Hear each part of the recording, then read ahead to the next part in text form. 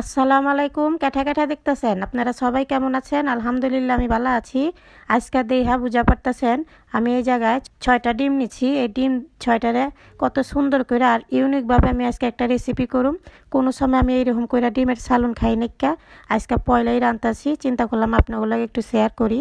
তো পয়লা আমি পেঁয়াজ আর টমেটো দিয়ে একটু তেলের মধ্যে ভালো করে দেখছেন লাল করে লইছি, সুন্দর করে একটু ভাইজা লইছি। তার বাদে আদা রসুনটা দিয়ে দিচ্ছি।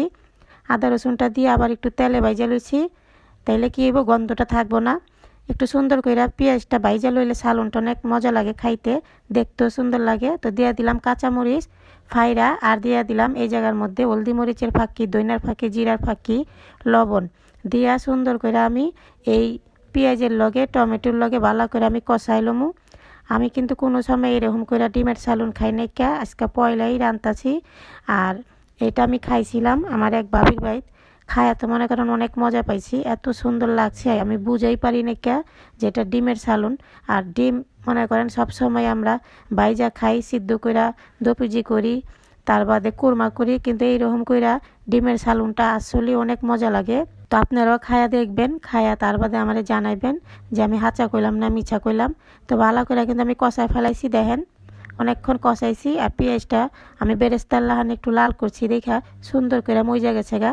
দেখেন কষানোর বাদে আমি একটু বেশি করে পানি দিয়ে দেবো, বেশি বলতে একদম পুরা পাতিল বইরা না, মোটামুটি একটু পানি দিয়া তার বাদে এই যে ডিম ওগা করে ফেইটা আমি দিয়া দিমু। এই যে এমনি করে দিতে হইব, একটু ফাঁক ফাঁক করে জায়গা রেখা, যদি লগে লগে দেই তাইলে আবার এটা লাইগা যাইব গা।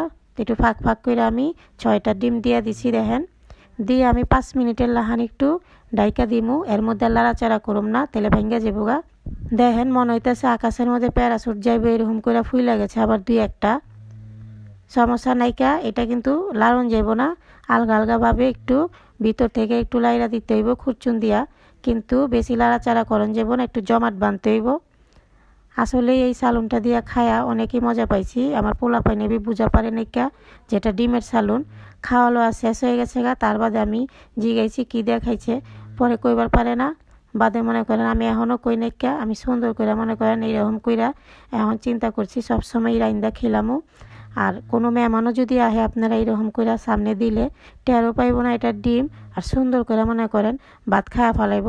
সবশেষে নামানোর আগে আমি সালুনটা একটু ধনিয়া পাতা দিয়া দিমু, জিরার ফাঁকি দিয়া দিমু, দিলে সালুনটা খাইতে আরও ভালো লাগবো, আর না থাকলে না দিলে বি চলবো। তো দেখেন কত সুন্দর হয়েছে সালুনটা। যদি আপনার কাছে আমার এই রান্নাটা ভালো লেগে থাকে তো অবশ্যই কমেন্টসে জানাবেন, আর এইরকম করে রান্না খাইবেন, সপ্তাহে খিলাইবেন, ভালো লাগলে অবশ্যই। তো আজকে এই পর্যন্তই, সবাই ভালো থাকবেন, সুস্থ থাকবেন, আল্লাহ হাফেজ।